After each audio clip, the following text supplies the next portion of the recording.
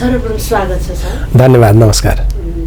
यो अहिले आजदेखि राष्ट्रिय सभाको निर्वाचन भयो, त्यसै गरी अब आगामी नियमित निर्वाचनको सन्दर्भमा चाहिँ अब निर्वाचन आयोगले पनि अब समय गर्न आग्रह गरिरहेछ, दलहरू पनि छलफलमा जुटिरहनु भएको छ। यो सम्बन्धमा भनिदिनुहोस् न, अलिकति अन्योलता देखिएको कि जस्तो छ त्यो विषयमा। सबभन्दा पहिला त आज राष्ट्रिय सभाको निर्वाचन हुँदैछ।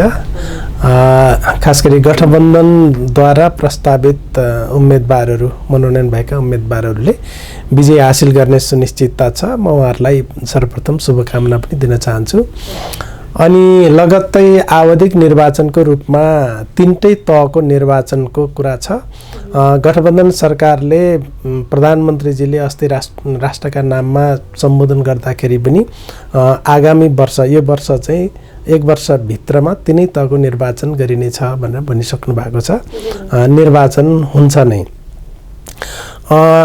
अझ चाहिँ स्पष्ट गर्दाखेरि त मलाई लाग्ने के हो भने मैले संविधान जारी भए लगत्तै 3 तहको निर्वाचन एकैचोटि गर्नुपर्छ, एउटै मितिमा गर्नुपर्छ भनेर मैले भनेको थिएँ। यसो भन्नुको पछाडि मेरो तर्क के थियो भने हामी कहाँ निर्वाचनदेखि निर्वाचनसम्म, निर्वाचनमा राज्यको ढुकुटी चाहिँ स्वाहा पार्ने, राज्यको ढुकुटी मात्रै स्वाहा होइन, अरू सबै उम्मेदवारहरूको, पार्टीको, नेताको, कार्यकर्ताको सबैको सम्पत्ति सिद्ध्याउने, विकास खर्च चाहिँ शून्य हुने, यस्तो स्थिति बनिराखेको छ। त्यसो भएको हुनाले 3 तहको निर्वाचन एकैचोटि गरौँ भन्ने मेरो सुरुदेखिको, संविधान जारी भएदेखिको मेरो प्रस्ताव हो। त्यसो गर्न सक्यो भने राम्रो हुन्थ्यो। अहिले पनि त्यो गर्न सकिने सम्भावना छ, त्यो अवसर छ भन्ने मलाई लाग्दछ। तर अहिले तत्काल तपाईँको बहसमा रहेको स्थानीय तहको निर्वाचनको बारेमा अहिले चाहिँ गरमागर्मी बहस भइराखेको छ। यसका बारेमा 2टा दृष्टिकोण म प्रष्ट देख्दछु। एउटा, संविधानले तोकेको मितिमा निर्वाचन गर्ने कि कानुनले तोकेको मितिमा निर्वाचन गर्ने भन्ने विषयमा चाहिँ बहस छ, विवाद छ। दुर्भाग्य के बनिदिएछ भने संविधान विपरीत ऐन बनेछ। संविधानको धारा 225ले गाउँसभा र नगरसभाको निर्वाचन पदावधि समाप्त भएको 6 महिनाभित्र गर्नुपर्छ भनेको छ। गाउँसभाको अध्यक्ष र उपाध्यक्ष, मेयर र उपमेयर, प्रमुख उपप्रमुख हुने कुरा स्वतः सिद्ध छ। त्यो कार्यपालिका र व्यवस्थापिका फरक होइन स्थानीय तहको सन्दर्भमा। त्यसो भएको हुनाले संविधानले कार्यकाल समाप्त भएको 6 महिनाभित्र निर्वाचन हुनुपर्छ भन्यो। स्थानीय तह निर्वाचन ऐन बनाउँदाखेरि कार्यकाल समाप्त हुनुभन्दा 2 महिना अगावै निर्वाचन गर्नुपर्छ भन्यो। संविधान अनुकूल नबनेको कानुन त्यो स्वतः अमान्य हुन्छ। संविधानसँग बाजिएको कानुन त्यो स्वतः अमान्य हुन्छ। अब अहिले चाहिँ संविधानसँग बाजिएको कानुनका आधारमा 2 महिना अगाडि निर्वाचन गर्ने कि संविधान अनुकूल त्यो कानुनलाई बनाएर संविधानले भने बमोजिमको समयमा निर्वाचन गर्ने भन्ने चाहिँ 2टा विवाद र बहसहरू छन्। म र दुनिया संविधान भन्दा माथि कोही हुँदैन भने हुनाले संविधानले तोकेको पदावधि समाप्त भएको 6 महिनाभित्र निर्वाचन गर्नुपर्छ भन्ने पक्षमा छु। अब अहिले सँगसँगै चाहिँ बजारमा बहस चाहिँ के भने होइन, कानुनले चाहिँ 2 महिना अगाडि निर्वाचन गर्नुपर्छ भनेको हुनाले त्यही मितिमा गर्नुपर्छ भनिराखेका छन् र निर्वाचन आयोगले प्रस्ताव गरेकै मितिमा गर्नुपर्छ भनिराखेका छन्। अब निर्वाचन आयोगको भूमिकाको बारेमा पनि म कुरा गर्न चाहन्छु। निर्वाचन आयोगका बारेमा ऐनले के भन्छ भने निर्वाचनको मिति तोक्ने अधिकार नेपाल सरकारलाई दियो। नेपाल सरकारले तोकेको मितिमा निर्वाचन हुनेछ भन्ने कुरा स्थानीय तह निर्वाचन ऐन 2073, प्रदेश सभा निर्वाचन ऐन 2074, प्रतिनिधि सभा निर्वाचन ऐन 2074 को प्रष्टसँग त्यो व्यवस्था भयो। त्यो निर्वाचन तोकिसकेपछि त्यो सूचना प्रकाशित भएपछि निर्वाचन आयोगले सूचना कार्यक्रम प्रकाशन गर्ने हो, निर्वाचनको कार्यक्रम प्रकाशन गर्ने हो। त्योभन्दा अगाडि निर्वाचन आयोगले केही गर्ने होइन। नेपाल सरकारले मिति तोक्दा निर्वाचन आयोगसँग परामर्श लिने हो, तर कस्तो परामर्श लियो, के परामर्श लियो भन्ने कुराको बारेमा कहीँ कतै प्रश्न उठ्दैन, उठाइँदैन। यो गरेकै कुरा ऐन टेके भनेको छ र बहस पनि ऐन टेकेर गरेका बहसहरू छन्। यदि ऐन टेकेर निर्वाचन आयोगले प्रस्ताव गर्ने हो भने, परामर्श दिने हो भने, वैशाख 31 गते निर्वाचन भएको छ, त्योभन्दा 2 महिना अगावै निर्वाचन गर्नुपर्छ भन्ने ऐनको व्यवस्था छ। यदि त्यो ऐनलाई संविधानसँग नबाजिएको मान्ने हो भने, त्यसो हो भने वैशाखमा होइन फागुनमा निर्वाचन हुनुपर्छ। फागुनमा निर्वाचन हुने गरी त निर्वाचन आयोगले पनि परामर्श गरेन, निर्वाचन आयोगले पनि तयारी गरेन। अहिले सबै चाहिँ ऐन बमोजिम निर्वाचन हुनुपर्छ भन्नेहरू पनि फागुनमा निर्वाचन हुनुपर्छ त भनिरहनु भएको छैन। त्यसो भएको हुनाले उहाँहरूले ऐन टेक्नु भएन। ऐन नटेकेपछि अब त्यसपछि टेक्ने ठाउँ कहाँ हो भने संविधान हो। भनेपछि संविधानले के भन्छ भन्दा पदावधि समाप्त भएको 6 महिनाभित्र बन्छ भनेपछि त कुरै विवादको कुरै छैन, कुरा प्रष्ट छ। त्यसो भएको हुनाले अहिले ऐन टेक्नेहरूले ऐनले भने बमोजिम पदावधि समाप्त हुनुभन्दा 2 महिना अगावै निर्वाचन हुनेछ भन्ने कुरा त्यो गइसक्यो, गुज्रिसक्यो। निर्वाचन आयोगले पनि त्यो ऐन बमोजिम प्रस्ताव गरेन। नगरेपछि संविधान बमोजिम निर्वाचन गर्नुको अर्को कुनै विकल्प छैन। त्यसो भनेको पदावधि समाप्त भएको 6 महिनाभित्र निर्वाचन गर्ने हो। पदावधि वैशाख 31 गते एउटा चरणको निर्वाचन भयो, त्यसपछि असारमा भयो, त्यसपछि असोजमा भयो। अब 3टा पदावधिलाई एकैछिनलाई मानौँ ऐनले भने बमोजिम सुरुकै पदावधिलाई सुरुकै निर्वाचन भएको मितिलाई पदावधि प्रारम्भ भएको मानिन्छ भन्यो भने पनि वैशाख 31 गतेबाट 6 महिनाभित्र निर्वाचन गर्नुपर्छ हो। त्यसमा चाहिँ प्रष्ट हुनुपर्छ भन्ने मलाई लाग्दछ। अर्को त्यो संविधानको धारा 225 ले पदावधि समाप्त भएको 6 महिनाभित्र निर्वाचन हुनेछ, निर्वाचन गर्नुपर्नेछ भनेपछि त्यो 6 महिनाभित्र कसरी निर्वाचन गर्ने हो? अनि त्यसपछि त्यो 6 महिनासम्म पदावधि समाप्त भएपछि स्थानीय तहका पदाधिकारीहरूले कसरी काम गर्छन् भन्ने समेतका कुरालाई त्यो ऐनले बन्दोबस्त गर्नुपर्ने हो। अहिले त्यो ऐनले त्यो पनि बन्दोबस्त गरेको छैन। त्यसकारण त्यो पनि अहिले चाहिँ संविधान अनुकूल ऐन बनाउने प्रयोजनका निम्ति त्यो बन्दोबस्त पनि गर्नुपर्छ भन्ने मलाई लाग्छ। अझ इन्ट्रेस्टिङ कुरा त के छ भने हाम्रो संविधानले नै भन्छ सङ्कटकाल लागेको बेला प्रतिनिधि सभा र प्रदेश सभाको कार्यकाल 1 वर्षसम्म बढाउन सकिन्छ भनेर भन्छ। हो, त्यो 1 वर्ष बढाउने कुरा सङ्घीय ऐन बमोजिम भन्छ, सङ्घीय कानुन बमोजिम पनि भन्दैन। कानुन बमोजिम भनेको भए नियम बनाएर पनि गर्न सकिन्थ्यो। सङ्घीय ऐन बमोजिम भनेको हुनाले त्यो 1 वर्ष बढ्ने सङ्घीय ऐन पनि बनेको छैन। भनेपछि यो सबै कुरा व्यवस्था संविधान अनुकूल व्यवस्थापन गर्नका निम्ति हिजोको रूपान्तरित संसद चुकेको छ। रूपान्तरित संसदले गलत ऐन बनाइदियो। त्यो गलत ऐन बनाइदिएका कारणले अहिले विवाद सिर्जना भयो भन्ने मलाई लाग्दछ। यति कुरा सम्हाल्ने कुरा, संविधान अनुकूल बनाउने कुरा, त्यो दायित्व त राज्यको दायित्व राज्यका तर्फबाट नेपाल सरकारले त्यो जिम्मेवारी पुरा गर्नुपर्छ। अहिले नेपाल सरकार त्यही व्यवस्थापन गर्नका निम्ति लागिराखेको मैले बुझेको छु। कुरा यति हो। खास गरी चाहिँ गठबन्धनभित्र चाहिँ माओवादी केन्द्रका अध्यक्षज्यूले चाहिँ खास विशेष प्रस्ताव राख्नु भएको कुराले निर्वाचनमा यस खालको बहस सिर्जना भएको भन्ने छ। त्यस विषयमा पनि अलिकति स्पष्ट हुन पायो भने। र अर्को चाहिँ अब कानुनविदहरूले अर्को सुझाव चाहिँ नयाँ कानुन बनाउनुपर्छ भन्ने दिनुभएको छ अरे भन्ने छ। अब यो विषयमा पनि अलिकति स्पष्ट पार्नु हो। नेकपा माओवादी केन्द्रका अध्यक्ष प्रचण्डले 3 तहको निर्वाचन एकैचोटि गरौँ भन्ने पनि प्रस्ताव राख्नुभयो। सँगसँगै पहिला प्रतिनिधि सभाको निर्वाचन गरौँ भन्ने पनि प्रस्ताव राख्नुभयो। यो कुरा यो धेरै नयाँ कुरा होइन। धेरै पहिलादेखि नै निर्वाचन गर्ने काम चाहिँ उल्टो भयो। पहिला सङ्घबाट गर्नु पर्थ्यो, सङ्घको निर्वाचन गरेर स्थानीय तहको निर्वाचन गर्नु पर्थ्यो भन्ने कुरा पहिला पनि उठेको थियो। तर पछि गठबन्धनमा छलफल हुँदै गर्दा त्यो प्रस्ताव चाहिँ अध्यक्ष प्रचण्डले नै फिर्ता गर्नुभयो। त्यसो भएको हुनाले त्यो प्रस्तावको बारेमा अहिले चाहिँ सान्दर्भिकता रहेन।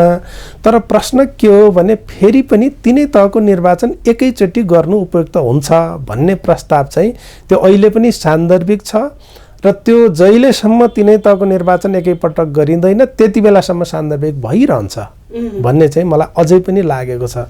किन भन्नुहुन्छ भने म त यो अलि गम्भीरताका साथ नै यो विषयवस्तु उठाएको हो र अहिले निर्वाचन आयोगले ऐन संशोधन गर्नुपर्ने कुराका निम्ति ऐनलाई एकीकृत बनाउनका निम्ति पनि निकै धेरै काम गरिरहेको छ। तपाईलाई म जानकारी गराउँ, निर्वाचनसँग सम्बन्धित अहिलेसम्म ऐन, नियम, निर्देशिका, कार्यविधि जोड्ने हो भने 100 भन्दा बढी छन्। यति कम्प्लिकेटेड बनाइएको छ यो विषयवस्तुलाई, जुन कुरा दोहोरो तेह्रो चौहोरो परेर बसेका छन् यसलाई एकीकृत बनाउने कुरा पनि गरेको छ। त्यति बेलाको अभ्यासका सन्दर्भमा तिनै तहको निर्वाचन एकैपटक गर्न सकिन्छ, गर्न पर्छ भन्ने कुरामा सहमति भएर विधेयकको मस्यौदा समेत निर्वाचन आयोगले तयार गरिसकेका छ। त्यसो भएको हुनाले त्यो त एकदम औचित्यपूर्ण छ। यो किन पनि भनिराखेको छु मैले भने हामी कहाँ निर्वाचन यति धेरै महँगो भयो, त्यो महँगो निर्वाचनले तपाईलाई मुलुक विकास गर्दैन, मुलुकलाई अगाडि बढाउँदैन। त्यसले त महँगो भयो, महँगो भएपछि धनाढ्यहरू चुनाव लड्ने भए, धनाढ्यहरू चुनाव लड्ने भएपछि त्यो डेमोक्रेसी धनाढ्यहरूको हातमा गयो, धनाढ्यहरूको हातमा गइसकेपछि तपाईँको लोकतन्त्र बाँच्न सक्दैन, इमान्दार मान्छेहरू चुनाव लड्न नसक्ने स्थिति बन्यो। अनि राज्यको सम्पूर्ण खर्च चाहिँ चुनावका निम्ति लगाइने भइयो, विकास निर्माणका कुराहरू त धेरै ओझेलमा पर्ने भए भने यस्तो डेमोक्रेसी हामीले खोज्या हो र? यस्तो लोकतन्त्र त हामीले खोज्या होइन। त्यसो भएको हुनाले निर्वाचनलाई सरल बनाउने, सहज बनाउने, आम सामान्य जनताको पहुँचमा पुग्ने बनाउने, इमान्दार नेताहरू चाहिँ चुनाव लड्न सक्ने बनाउने र पारदर्शी जीवनशैली अवलम्बन गर्न सक्ने राजनीतिक संस्कार सिर्जना गर्ने, त्यो सबै प्रयोजनका निम्ति एकै मितिमा तिनै तहको निर्वाचन गर्नुपर्छ।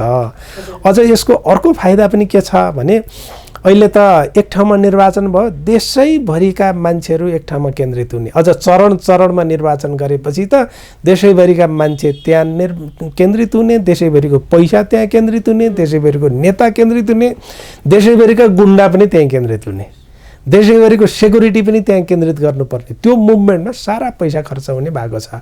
एकै दिनमा एकै चरणमा गरियो भने हुन्छ के भने झन्डै 40,000 नेता कार्यकर्ताहरूलाई पार्टीले टिकट बाँड्न पाउँछन्। हरेक मान्छे आफ्नो निर्वाचन क्षेत्रमा केन्द्रित हुन्छ, त्यहाँ कोही कतै जान पर्दैन, गुन्डाहरू पनि आफ्नो ठाउँमा विकेन्द्रित हुन्छन्, साधन स्रोत पनि त्यही एउटा साधन स्रोतले सम्पूर्ण निर्वाचनको खर्च बेहोर्छ। भने यस्तो राम्रो कुरा नगरेर साँच्चै निर्वाचन गराउन चाहेको, साँच्चै लोकतन्त्रलाई राम्रो बनाउन चाहेको भनेदेखि त यो कुरा किन इन्कार गर्ने? इन्कार गर्नुपर्ने ठाउँै छैन। होइन, लोकतन्त्रको नाममा चुनाव भन्ने कुरा देखाउने गर्ने मन परि हो भने तीनटा चुनाव 3 पटक गरे भयो, अनि ती 3टा चुनाव पनि चरणमा गरे भयो, अनि जति चरणमा चुनाव हुन्छ त्यति दसैँ मनाए भइगयो नि। अहिले त हालत त्यस्तै भएको छ। त्यसकारण हो यो कुरा पनि अहिले अत्यन्त सान्दर्भिक छ। यो कुरा पनि ऐनमा मिलान गर्नुपर्ने भयो। अब एकै चरणमा निर्वाचन हुँदाखेरि के सम्भव छ त फरक मितिमा चुनाव भए नि त भन्ने चाहिँ प्रसङ्ग आउने गरेको छ। अब कि त मिति तोक्ने अधिकार नेपाल सरकारलाई दिनु भएन, नेपाल सरकारलाई मिति तोक्ने अधिकार दिने हो भने तिनै तहको निर्वाचन एउटै मितिमा गर्ने गरी तोक्न किन नपाउने? एउटा गम्भीर प्रश्न त्यहाँ छ। संसारका धेरै मुलुकहरूको उदाहरण हेर्ने हो भने कतिपय मुलुकहरूमा संविधानमा नै निर्वाचनको मिति तोकिएको हुन्छ। त्यस्तो अवस्थामा मितिको बारेमा विवाद हुँदैन। कतिपयले संविधानमा तोक्न नसक्दा ऐनमा तोकेका हुन्छन्। ऐनमा मिति तोकिदियो भने पनि मिति तोक्ने बारेमा कुरै भएन, त्यो सबै चाहिँ स्वाभाविक रूपमा निर्वाचन आयोग त्यही मितिमा चुनाव गर्नुपर्छ भनेर अगाडि बढ्छ। हामी कहाँ न संविधानमा तोक्न सक्यौँ, बहस छलफल त्यति बेला पनि भएको, न ऐनमा तोक्न सक्यौँ, त्यति बेला पनि हामी सकिनौँ, तोकिनौँ, हामीले हो नि नतोकेको, संविधानमा तोकिनौँ, ऐनमा तोकिनौँ, भन्यौँ नेपाल सरकारलाई मिति तोक्नका निम्ति दिने भनेर लेख्यौँ। अहिले निर्वाचन आयोगले मिति तोक्दै हिँड्ने कुरा त कसरी जायज हुन्छ त? त्यसकारण एकै मितिमा तोक्ने हो भने, जस्तो बेलायतमा संसद विघटन गर्न पाइँदैन। अहिले संसद विघटन गर्ने हो भने संसदले नै 2/3 प्रस्ताव पास गर्नुपर्छ, आफै मर्छु भन्यो भने बाहेक विघटन गर्न पाइँदैन। तर 4.5 वर्ष नागेपछि प्रधानमन्त्रीलाई चुनावको मिति तोक्ने अधिकार दिएको छ। त्यही कुरा श्रीलङ्कामा पनि कपी गरियो, बेलायतमा ऐनमा राखियो, फिक्स्ड टर्म पार्लियामेन्ट एक्ट भन्ने बनाएर त्यो कुरा श्रीलङ्काको संविधानमै राखियो। 4.5 वर्षको अवधिभित्र विघटन गर्नु पर्यो भने संसदले प्रस्ताव पास गर्नुपर्छ, होइन 4.5 वर्ष क्रस गरिसकेपछि मिति तोक्ने अधिकार प्रधानमन्त्रीलाई दिनुपर्छ भनियो। भनेपछि यही चिज पनि हाम्रो सन्दर्भमा संविधान बमोजिम ऐन बनाउँदाखेरि किन राख्न नसक्ने? त्यो पनि राख्न सकिन्छ।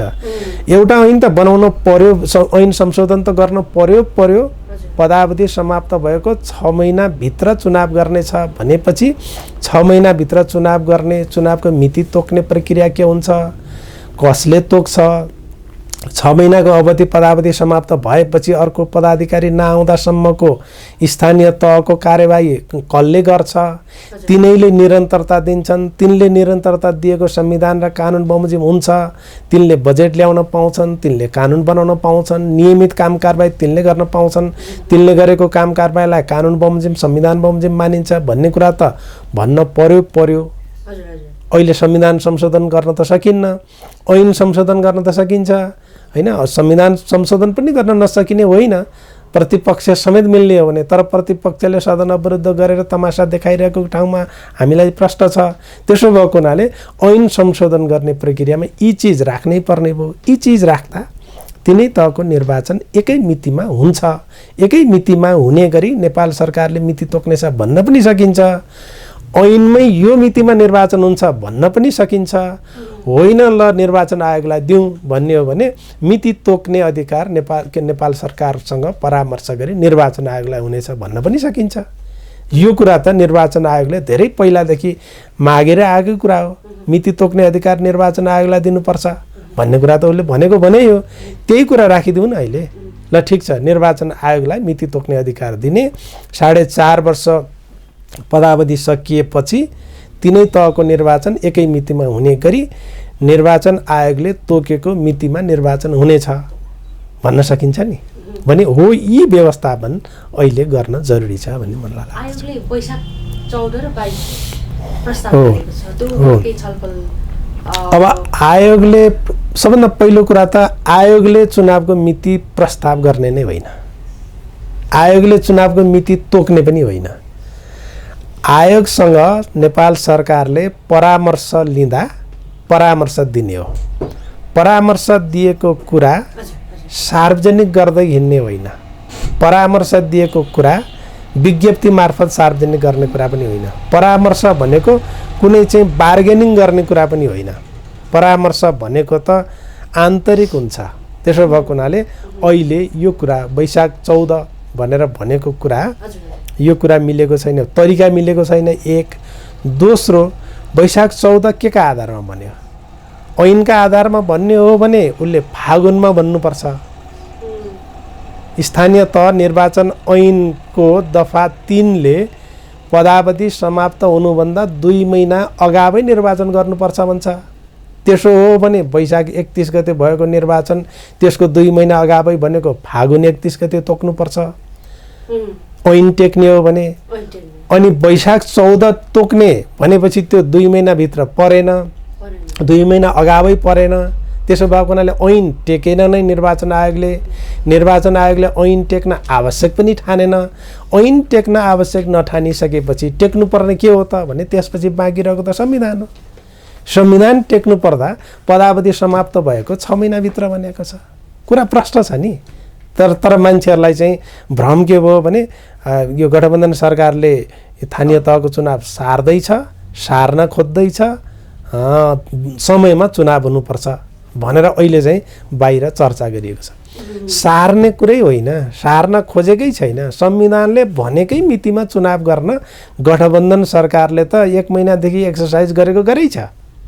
त्यसो भएको हुनाले सार्न खोज्दैछ भन्ने टर्मिनोलोजी पनि बेठिक, सार्ने कुरै होइन। कि त निर्वाचनको मिति तोकिसकेको भए अनि त्यसपछि चाहिँ होइन यो मितिमा गर्न सकिएन भनेर सारेको भए त्यसो मिल्थ्यो। भनेकै छैन, मिति तोकेकै छैन। तोकेकै मिति पछि पनि सार्न खोजेको भए सार्न खोज्यो भन्ने हुन्थ्यो। तोकेकै छैन, मिति तोक्ने समय नै आएको छैन। त्यो कुरा सबै कुरा मैले के को आधारमा भनिराखेको छु भने संविधानको आधारमा। संविधानको धारा 224 ले नगरसभाको अध्यक्ष र उपाध्यक्ष, मेयर र उपमेयर हुनेछन् भन्यो। 225 ले उनीहरूको कार्यकाल समाप्त भएको 6 महिनाभित्र चुनाव गराउनुपर्छ भन्यो। भनेपछि त्यो अवधि त आउन बाँकी नै छ, त्यो अवधि कम्प्लिट भएकै छैन। भने कम्प्लिट भएको 6 महिनाभित्र मिति तोकेन भने लो सरकारले चुनाव गर्न खोज्दै छैन, चुनाव सार्दैछ भनेको तर्क मिल्छ। त्यो अवधि आउँदै नआइकन भनेको चाहिँ तर्क पनि मिलेन, तथ्य पनि मिलेन, कानुन पनि मिलेन, संविधान पनि मिलेन भन्ने मेरो भनाइ हो। एउटा दलहरूको थोरै कुरा गरौँ न। अब यो खासमा चाहिँ अब हुन त चुनावमा अब लिडरहरूको राजनीतिक दलहरूको आफ्नो स्वार्थ पनि हुन्छ होला। जस्तो गठबन्धनमा चाहिँ कांग्रेस विशेष गरी एक्लै जान खोजेको जस्तो पनि सङ्केत देखिन्छ। त्यसमा चाहिँ अब एकीकृत समाजवादी र माओवादीले प्रेसर गरेको भन्ने खालको पनि अलिकति बुझाइ छ। यो बुझाइलाई अलिकति मान्छेलाई भ्रम के छ भने हिजो अघिल्लो निर्वाचन, स्थानीय तहको निर्वाचन त धेरै ट्रायलहरू भएका हुन् नि। एमाले र माओवादीको गठबन्धन पनि भयो, कांग्रेस र माओवादीको गठबन्धन पनि भयो।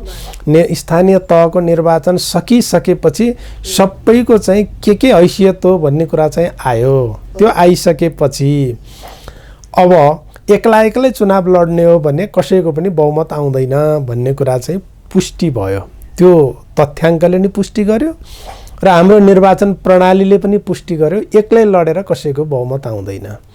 अनि राजनीति, हामी कहाँ राजनीति चाहिँ अलिकति मिसनको राजनीति, विचारको राजनीति भन्दा सत्ताको राजनीति हाबी हुने गरेको छ।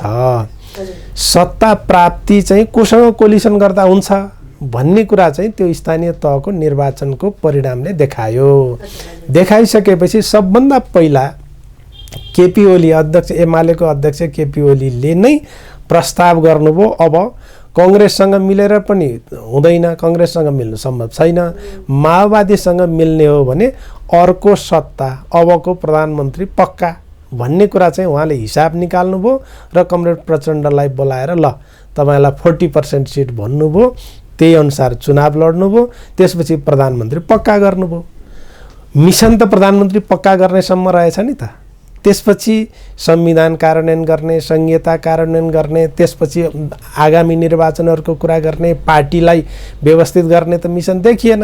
नदेखिसकेपछि अनि त्यसपछि चाहिँ यो त्यो बेलाको गठबन्धन आखिर विभिन्न षड्यन्त्रहरू मार्फत पार्टी टुङ्गियो, विभाजन भयो। मैले यति पृष्ठभूमि राख्न खोजेको कुरा के हो भने हामी कहाँको राजनीति त्यति उन्नत भइसकेका छैन जसले विचार र मिसनका आधारमा राजनीति गरोस्।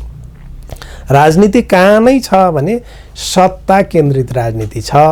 सत्ता कसरी हात पार्ने भन्ने कुरा छ। सत्ता हात पार्नका निम्ति कोसँग कोलिसन गर्यो भने अगाडि बढ्न सकिन्छ भन्ने कुरा छ। अहिले कांग्रेसले फेरि पनि कांग्रेस एक्लै जान्छु भन्यो भने योभन्दा ठिक्क अगाडिको चुनावमा जे हालत भयो त्यही हालत हुन्छ नि। योभन्दा अगाडि एक्लै त कांग्रेस लडेकै हो नि। एक्लै लड्दाखेरि कांग्रेसको हालत के भयो? कांग्रेस त बहुमतमा आएन, कांग्रेस सत्तामा आउने स्थिति त बनेन। नेकपा टुटेका कारणले न कांग्रेसलाई अहिले सत्ता हात लाग्या हो। त्यसकारण कांग्रेसी जनहरूले के बुझ्न जरुरी छ भने कांग्रेस एक्लै लड्ने बित्तिकै बहुमत आइहाल्छ भन्ने चाहिँ सजिलो हिसाब गर्नुभयो भने त्यो गलत हुन्छ।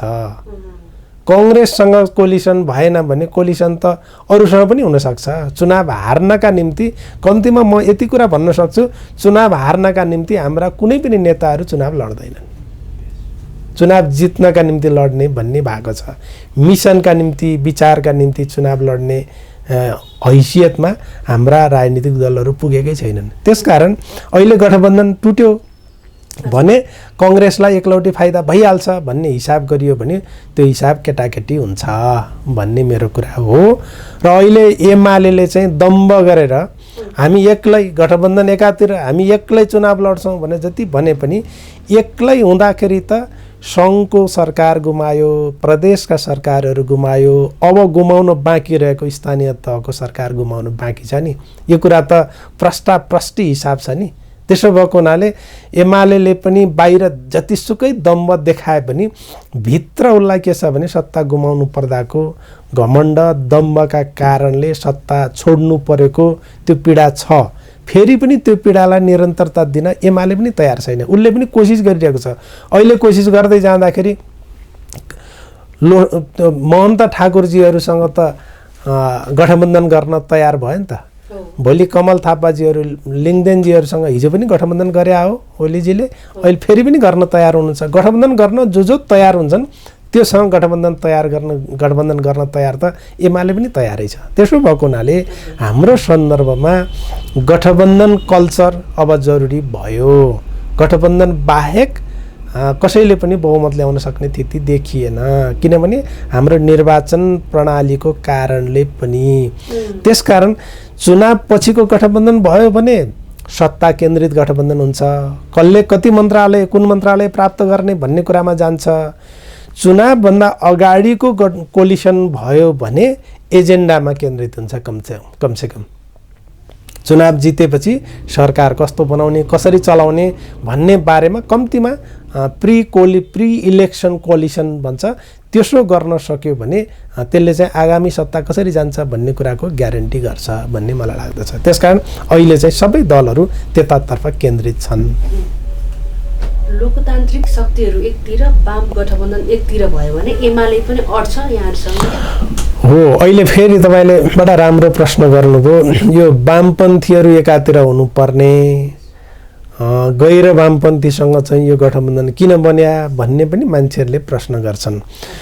लोकतान्त्रिक र वाम गठबन्धनका बीचको चाहिँ अन्तर छुट्याउँदाखेरि हो त्यो स्वाभाविकै पनि हो। तर अहिले त के बन्यो भने यो संविधान जोगाउने, संसद जोगाउने, संविधानले संस्थागत गरेका महत्त्वपूर्ण राजनीतिक उपलब्धिहरू जोगाउने, ती उपलब्धिहरूमा गणतन्त्र जोगाउने, संघीयता जोगाउने, समावेशिता जोगाउने, धर्मनिरपेक्षता जोगाउने प्रश्न अहिले चाहिँ गम्भीर भएर आयो गठबन्धनका सामु। त्यो गम्भीर भएर आइसकेपछि ओलीजीको नेतृत्वको एमालेले यी सबै कुरालाई चाहिँ बेमतलब गर्न थाल्यो। संसद विघटन गरिदिने, 6 महिनाभित्रमा 2 पटक विघटन गरिदिने, त्यसो भनेको संविधान विघटन गर्न खोज्या हो। संविधान विघटन भनेको त सङ्घीय लोकतान्त्रिक गणतन्त्रकै विघटन हो। त्यसो भएको हुनाले त्यो मूल्यमा वामपन्थी नाम भइकन पनि त्यो मूल्यका निम्ति त कांग्रेस तयार भयो नि। संविधान जोगाउने, संघीयता जोगाउने, लोकतन्त्र गणतन्त्र जोगाउने शर्तमा कांग्रेस तयार भएका कारणले अहिलेको वाम गठबन्धन चाहिँ अग्रगामी गठबन्धन हो, प्रतिगमनका विरुद्ध बनेको गठबन्धन हो। त्यसो भएको हुनाले प्रतिगमनको खतरा अझै पनि छ भन्ने हुँदासम्म यो प्रतिगमन विरोधी गठबन्धन अगाडि बढ्नुपर्छ। भोलि कथम कदाचित ओलीजीले प्रतिगामी सोच त्याग्नुभयो, संसद विघटन गर्ने सोच त्याग्नुभयो, संसद विघटन गल्ती थियो भनेर चाहिँ घोषणा गर्नुभयो, सङ्घीय लोकतान्त्रिक गणतन्त्र र समावेशिता समानुपातिकताप्रति मेरो पूर्ण प्रतिबद्धता छ, तदनुकूलको समाजवादी कार्यक्रम लागू गर्नका निम्ति म तयार छु, मेरो पार्टी तयार छ भनेर घोषणा गर्नुभयो भने, घोषणा मात्रै गरेर भएन व्यवहारमा पनि रूपान्तरण गर्न कोसिस गर्नुभयो भने फेरि त्यो कोलिसनका निम्ति चाहिँ आधार बन्छ। त्यसकारण अहिले त को प्रगतिशील को प्रतिगामी भन्ने आधारमा यो गठबन्धन बन्या हो नि। त्यसकारण यो गठबन्धन संविधान जोगाउने गठबन्धन, ओलीजीले नेतृत्व गरेको एमाले संविधान भत्काउने गठबन्धन, भत्काउने पार्टी। त्यसकारण संविधान जोगाउने शर्तमा यो गठबन्धन बनेको हो भन्ने मलाई लाग्छ। अहिलेको नेपालको राजनीतिका दुईटा खतराहरू छन्। एउटा खतरा चाहिँ यति धेरै 10 वर्षको जनयुद्ध गरेर लडेर प्राप्त गरेको गणतन्त्र, संघीयता, धर्मनिरपेक्षता, समावेशिता, नयाँ संविधान यी केही पनि होइन, फेरि हतियारै उठाएर लड्नुपर्छ भन्ने खतरा, जुन कुरा अहिले सम्भव छैन। दोस्रो खतरा के हो भने हामीले जे प्राप्त गरेका छौँ यो नै सम्पूर्ण हो, अब योभन्दा थप चाहिँ प्राप्त गर्नु छैन भनेर भन्ने खतरा। यी दुईटा खतराका बीचबाट बस्दै माओवादीको तत्कालीन माओवादीको चुनबाङ बैठकले भनेकै कुरा के हो भने लोकतान्त्रिक गणतन्त्र चाहिँ हाम्रो न्यूनतम बिन्दु हो। त्यो लोकतान्त्रिक गणतन्त्र प्राप्त गरिसकेपछि त्यसलाई बुर्जुवाहरूले बुर्जुवा लोकतन्त्र बनाउन कोसिस गर्नेछन्। बुर्जुवा गणतन्त्रमा हामी कम्युनिस्टहरूले त्यसलाई जनगणतन्त्रमा रूपान्तरण गर्ने प्रयत्न गर्नुपर्नेछ भन्ने कुरा त चुनबाङ बैठकको डकुमेन्टको सार हो। अहिले ठ्याक्कै त्यही खतरा हो। बुर्जुवा गणतन्त्र यसलाई बुर्जुवै बनाइराख्ने, सरबाराबरको हितमा प्रयोग गर्ने नबनाउने, यति भए पुग्यो भन्ने खतरा एउटा। अर्को चाहिँ प्राप्त भएको लोकतान्त्रिक गणतन्त्र पनि केही पनि होइन, फेरि चाहिँ हतियार उठाउनुपर्छ भन्ने खतरा। यी दुईटा खतराका बीचबाट अहिलेको कार्यभार के हो भने यो अहिले प्राप्त गरेका उपलब्धिहरूको रक्षा गर्दै यसलाई लोकतान्त्रिकरण गर्ने, सरबाराकरण गर्ने, यसलाई समाजवादीकरण गर्ने भन्छु म चाहिँ। अहिलेको व्यवस्थालाई समाजवाद उन्मुख, संविधानले भन्यो समाजवादीकरण गर्दै संरचनाहरूलाई समाजवादीकरण, व्यक्तिहरूलाई समाजवादीकरण, व्यक्तिका मानसिकताहरूलाई समाजवादीकरण गर्दै साम्यवादसँग पुर्याउनका निम्ति मार्ग प्रशस्त गर्न सक्नुपर्छ अहिलेको पार्टी नेतृत्वले। यसो गर्ने कुरामा आश्वस्त बनाउन सक्दा कांग्रेस पनि बुर्जुवा समाजवाद, बुर्जुवा लोकतन्त्र होइन, त्योभन्दा प्रगतिशील लोकतन्त्रमा अगाडि आउँदै गर्दा समाजवादको एउटा यात्रासम्म कांग्रेस पनि सँगै हुन सक्छ भनेपछि विप्लवजीहरू, वैद्यजीहरू पनि साँच्चै यसलाई चाहिँ बुर्जुवाकरण हुनै दिने हो त? उहाँहरूको प्रयत्नले यदि माओवादीलाई चाहिँ असहयोग गर्ने हो भनेदेखि त त्यसले त बुर्जुवा गणतन्त्रलाई बुर्जुवाकरण गर्नमा सघाउ पुर्याउँछ नि त।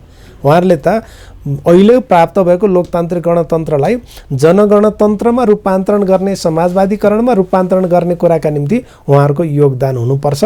यो कुरा बुझेर अहिलेको नेतृत्वले, माओवादी केन्द्रको नेतृत्वले भर्खरै सम्पन्न गरेको महाधिवेशनबाट पारित दस्तावेजले पनि सङ्केत गरेको छ त्यतातर्फ केन्द्रित हुन जरुरी छ भन्ने म ठान्छु। अहिले यो विषयमा पनि मलाई के लाग्ने हो भने हिजो जति बेला हामी शान्ति प्रक्रियामा आयौँ, संविधान सभाको मिसन भनेर हामी आयौँ, संविधान सभाको मिसनमा आइसकेपछि एक मतले र एक मनले संविधान सभालाई सफल पार्नका निम्ति आउनु पर्थ्यो भन्यौँ। त्यति बेला के भने यो मुखमा संविधान सभा, दिमागमा विद्रोह यो है भनेर भनियो र हाम्रा गतिविधिहरू पनि त्यतैतिर केन्द्रित भए, जसले गर्दा भएको संविधान सभा मार्फत राम्रो संविधान बनाउनका निम्ति हामी कहीँ न कहीँ चुक्यौँ।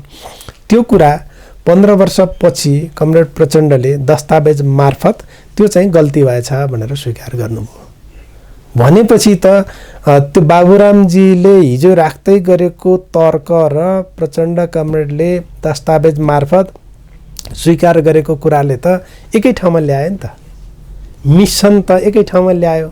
अनि हिजो फेरि प्रचण्ड र बाबुराम सँगै मिलेर पारित गरेको दस्तावेजले पनि लोकतान्त्रिक गणतन्त्रलाई बुर्जुवा गणतन्त्र बनाउन दिनबाट रोक्ने र त्यसलाई चाहिँ जनगणतन्त्रतिर लैजाने भन्ने मिसन पनि मिल्यो।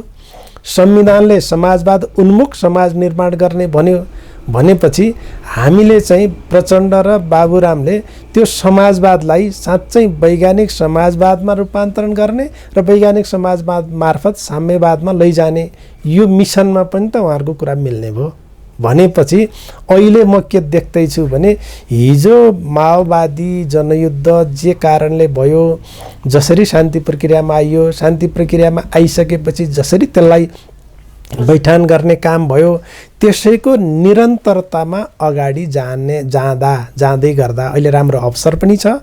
यो अवसरमा वैद्यजीहरू, विप्लवजीहरू, बाबुरामजीहरूले पनि पुनर्विचार गरेर आफूलाई पुनर्विचार गरेर यो मिसनलाई कम्तीमा लोकतान्त्रिक गणतन्त्रलाई बुर्जुवा गणतन्त्र हुन नदिनका निम्ति समाजवादलाई साँच्चै समाजवादमा चाहिँ रूपान्तरण गर्नका निम्ति समाजवादीकरण समाजलाई पार्टीलाई नेतालाई कार्यकर्तालाई सिङ्गो समाजलाई समाजवादीकरण गर्ने दिशाका निम्ति त उहाँहरूले योगदान गर्नुपर्छ भन्ने मलाई लाग्दछ।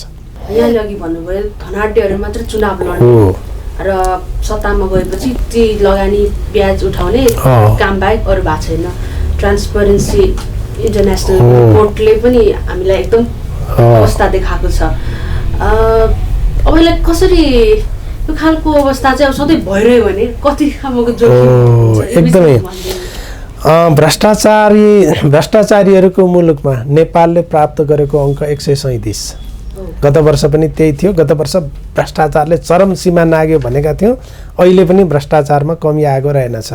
त्यसकारण हामीलाई लज्जाबोध बनाएको छ। यो भ्रष्टाचारको मूल कारण के हो भनेर खोज्दै जाँदाखेरि निर्वाचन नै हो। निर्वाचनमा हुने खर्च, निर्वाचनमा गरिने चाहिँ गतिविधि, यसले चाहिँ भ्रष्टाचारलाई बढावा दिन्छ। किनभने भनेदेखि एउटा सांसद 5 वर्ष चाहिँ कार्यकाल उसले पुरा गर्दाखेरि 5 वर्षको अवधिमा उसले आफूले कमाउने तलब, आर्जन गर्ने तलब भनेको 35 लाख। तर मान्छे 35 करोड खर्च गर्न तयार हुन्छ। किन तयार भएको होला? होइन भनेपछि त अकुत आम्दानी, अकुत खर्च, अकुत खालको चाहिँ गर्नका निम्ति प्रयत्न गरिराखेको छ। अकुत धन कमाउने माध्यम बन्द छ निर्वाचन भनेपछि। निर्वाचन जसरी पनि जित्ने, करोडौँ खर्च गरेर भए पनि निर्वाचन जित्ने अभियानमा लाग्नुपर्ने स्थिति जब बन्छ, इमान्दारहरू त्यसरी खर्च गर्न सक्दैनन्। पारदर्शी मान्छेहरू त्यो खर्च गरेर पनि चुनाव लड्छु भन्न सक्दैनन्। चुनाव लडेर पनि चुनावमा भएको खर्च चाहिँ उठाउनुपर्छ भन्नेतिर लाग्न सक्दैनन्। नलाग्ने मान्छेहरू भो यस्तो चुनाव मेरो निम्ति चाहिएन भनेर बस्छन्। भने यसले इमान्दार लोकतन्त्र कसरी चाहिँ अगाडि बढ्छ? लोकतन्त्रै कसरी अगाडि बढ्छ? इमान्दार मान्छेहरू पाखा लाग्ने, बेइमान मान्छेहरू र धनाढ्य मान्छेहरूको हातमा लोकतन्त्र जाने हो भने अनि त्यो लोकतन्त्रै कस्तो हुन्छ भने बेइमानहरू जस्तो, धनाढ्यहरू जस्तो अनि अकुत सम्पत्ति आर्जन गर्नेहरू जस्तै हुन्छ। त्यसकारण अहिले चाहिँ लोकतन्त्रलाई जोगाउनका निम्ति पनि हामीले निर्वाचनका बारेमा गम्भीर हुन जरुरी छ। यो राम्रो अवसर छ निर्वाचन प्रणाली सुधार गर्ने, निर्वाचनको विधि सुधार गर्ने, निर्वाचनको समय सुधार गर्ने, निर्वाचन तीनै तहको निर्वाचन एकैचोटि गर्ने अवसर यो कानुन निर्माणको माध्यमबाट हुनेछ। त्यसकारण यो अवसरलाई चुक्न दिन हुँदैन भन्ने मलाई लाग्छ। अब तपाईँ ठिकै भन्नुभयो, नेकपा एउटा मिसनका साथ बनेको थियो। जब त्यो मिसनमा चाहिँ तलमाथि पर्यो त्यो नेकपा टुक्रियो। फेरि पनि त्यो मिसन गलत थियो भन्ने होइन, एकता गलत थियो भन्ने पनि होइन। मिसनमा प्रतिबद्धतामा कमी आएका कारणले त्यो टुक्रिएको थियो भनेपछि त्यो मिसनमा फेरि पनि प्रतिबद्धता जनाउने माधव नेपालजीहरूको पार्टी जो बनेर आएको छ, उपेन्द्र यादवजीहरूकै पार्टी जो बनेर आएको छ, उहाँहरू दुवैजना त्यो मिसनसँग प्रतिबद्ध हुनुहुन्छ भने फेरि पनि एकीकृत पार्टी बनाउने सम्भावना छ। त्यसो भएको हुनाले निर्वाचनमा को हार्छ को जित्छ त्यो दोस्रो प्रश्न हो। प्रमुख प्रश्न भनेको मुलुकलाई कस्तो बनाउने, कसरी अगाडि बढाउने भन्ने अर्को प्रश्न हो, प्रमुख प्रश्न हो। त्यसो भएको हुनाले धेरै दार्शनिकहरूले भन्ने गर्छन् राजनेताहरूले अर्को जेनेरेसनको कुरा गर्छन्, नेताहरूले अर्को चुनावको सम्म कुरा गर्छन्, तर खलनायकहरूले अर्को चुनावसम्म पनि होइन भोलिको कुरा गर्छन् र अघिल्तिरको कुरा मात्रै गर्छन्। हामी कहाँ खतरा के भने नेता भन्दा पनि त्यो खलपात्र, खलनेता, खलनायकहरू हुने खतरा देखियो। किनभने भोलि के हुन्छ भन्ने कुराको बारेमा पनि हिसाब किताब नगर्ने, अहिले तत्काल जे हुन्छ त्यही गर्ने। जस्तो स्थानीय तहको चुनाव चाहिँ लौ गरेन भन्ने, संविधान नहेर्ने, कानुन नहेर्ने। त्यसकारण हाम्रो मकसद, हाम्रो मिसन राजनेताहरू जन्माउने मिसन हुनुपर्छ जसले अर्को जेनेरेसनको बारेमा चिन्ता गर्न सकोस्। त्यतातिर हामी केन्द्रित हुन जरुरी छ। यो आशंकालाई म कसरी चाहिँ प्रष्ट पार्न चाहन्छु भने हामीले यो स्थानीय तहको रिक्तताको हामीले कल्पनै गर्न हुँदैन, संविधानले पनि कल्पना गरेको छैन। पदावधि समाप्त भएको 6 महिनाभित्र निर्वाचन गर्नुपर्छ भनेको छ। 6 महिना नगाउन पाइँदैन, हुँदैन। 6 महिनाभित्रै निर्वाचन गर्नुपर्छ। पदावधि सकिएपछि 6 महिनाको अवधिमा कसले काम गर्छ त्यो रिक्त हुने पनि होइन, कर्मचारीलाई सुम्पिने पनि होइन, सर्वदलीय संयन्त्रबाट काम गर्ने पनि होइन। काम चाहिँ यिनै निर्वाचित पदाधिकारीहरूले स्वतः कार्यवाहकको रूपमा काम गर्ने बन्दोबस्त ऐनमा बनाउने हो। एउटा यसबाट प्रश्न गर्न सकिन्छ। दोस्रो कुरा चाहिँ हिजो ज्ञानेन्द्र भएको पालामा के भएको थियो त्यस्तै होला कि भनेर अहिले परिकल्पना गर्नुको कुनै अर्थ छैन। कतिपय साथीहरूले कतिसम्म प्रश्न उठाए भने हिजो त सेक्युरिटीले चुनाव गर्न सक्दिन भन्यो ज्ञानेन्द्रको पालामा, अनि त्यही ज्ञानेन्द्रको भूत सवार भएकै कुरा अहिले पनि गर्छन् साथीहरू। त्यसो भएको हुनाले अहिलेको सेक्युरिटीले चुनाव गर्न सक्दिन भनेर भन्ने ठाउँ कहाँ छ? कसको बलमा भन्छ? कसैको बलमा भन्न सक्दैन। त्यसकारण अहिलेको सेक्युरिटी भनेको त्यसको जिम्मा नेपाल सरकारले लिने हो। नेपाल सरकारले सेक्युरिटीको सम्पूर्ण बन्दोबस्त गर्ने हो। निर्वाचन आयोगलाई पनि उसको आफ्नै सेक्युरिटी छैन, उसको आफैले गर्न सक्ने कुरा होइन। कर्मचारी जति सबै नेपाल सरकारले दिनुपर्छ, सेक्युरिटी उसले दिनुपर्छ, पैसा उसले दिनुपर्छ भनेपछि चुनावको मिति पनि उसले दिनुपर्छ भनेपछि यो सम्पूर्ण जिम्मा नेपाल सरकारले लिने हो। दुईटा कुरा, एउटा कानुनी र संवैधानिक बेमेललाई मिलाउने कुरा गर्ने हो नेपाल सरकारले। दोस्रो लोकतान्त्रिक वातावरणमा निर्वाचन गर्ने बन्दोबस्त गर्ने हो। तेस्रो मुलुकको कमभन्दा कम खर्चमा अत्यन्त इमान्दार मान्छेहरूले पनि चुनाव लड्न सक्ने वातावरण सिर्जना गरेर चुनाव सम्पन्न गर्दै लोकतन्त्रलाई संस्थागत गर्ने दायित्व र जिम्मेवारी अहिलेको गठबन्धन सरकारको काँधमा छ। यस्तै कुराले होला एउटा जोडिहाले यहाँ कम्युनिस्ट पार्टीहरूले केही चाहिँ चुनावै बहिष्कार गरेर पनि बसिरहनु भएको छ लामो समयदेखि।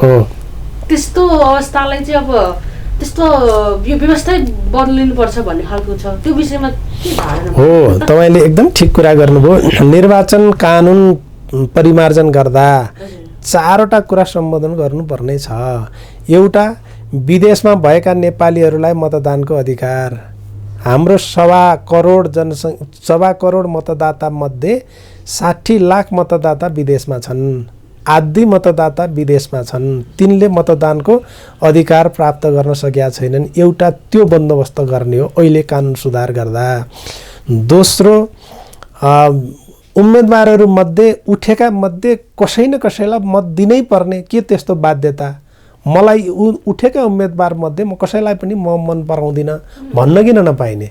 त्यसकारण नो भोट, नोटा भन्छ अङ्ग्रेजीमा, नो भोटको बन्दोबस्त पनि गर्नु भनेर सर्वोच्च अदालतले आदेशै गरिसकेका छ भनेपछि त्यो बन्दोबस्त पनि हामीले गर्न जरुरी छ। तेस्रो कुरा, निर्वाचन आयोगका धेरै व्यथितिहरू छन्, त्यसलाई सक्षम बनाउने कुरा र त्यसलाई जिम्मेवार बनाउने कुरा र त्यसलाई मिति तोक्ने अधिकार या त कानुनमा राख्ने कुरा या त निर्वाचन आयोगलाई मिति तोक्न अधिकार दिने कुरा, यति कुरा गर्न जरुरी छ। यति सुधार गर्न सकियो भने बहिष्कार गर्नेहरूलाई पनि बाक्सा फालेर बहिष्कार गर्नु पर्दैन। मतपत्रमै गएर बहिष्कार, तिमीहरू मध्ये कसैलाई पनि म चाहिँ मतदान गर्दिन भनेर भन्ने औपचारिक हिसाबले, वैधानिक हिसाबले बहिष्कार गर्ने अवसर त्यहाँनिर प्राप्त हुन्छ भन्ने यसरी सम्बोधन गर्नुपर्छ। यसो गरेर मात्रै लोकतन्त्रलाई संस्थागत गर्न सकिन्छ र मजबुत बनाउन सकिन्छ भन्ने मेरो विचार छ। हुन्छ, यहाँको समय र विचारको लागि धन्यवाद। हस्, यहाँलाई पनि धेरै धन्यवाद। महत्त्वपूर्ण समयमा महत्त्वपूर्ण विषयमा मेरा विचारहरू दर्शक श्रोता सामु पुर्याउने अवसर दिनुभएकोमा धन्यवाद।